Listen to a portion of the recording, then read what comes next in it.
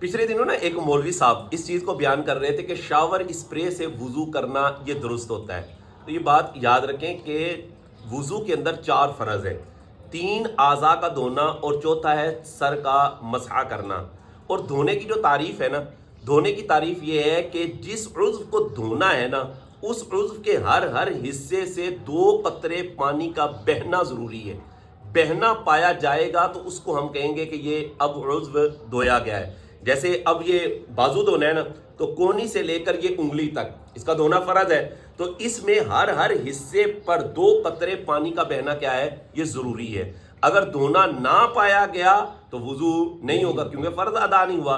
तो जो shower spray होता है उमूमन इससे जिस्म गिल्ला तो हो जाता है, यानी चेहरे पर मारा है तो चेहरा क्या हो जाएगा, गिल्ला हो जाएगा, लेकिन पानी का बहना ये एक मुश्किल अमर है। हाँ, ज्यादा अगर शावर चलाएं तो हो सकता है पानी का बहना यानी 2 कतरे बहना ये साबित हो जाए, लेकिन इस तरह की बातें अवाम में नहीं बयान करनी चाहिए। लोग पहले ही शरई मसाइल के हवाले से सुस्ती का शिकार होते हैं, तो इस तरह का अगर मसला बयान कर दिया जाएगा तो लोग और ज्यादा सुस्ती का शिकार हो जाएंगे। और खुसूसन सर्दी के मौसम में उन्होंने शावर मारना है और शावर मार के कहना लो जी वुजू हो गया, तो इस तरह भाई वुजू नहीं होगा।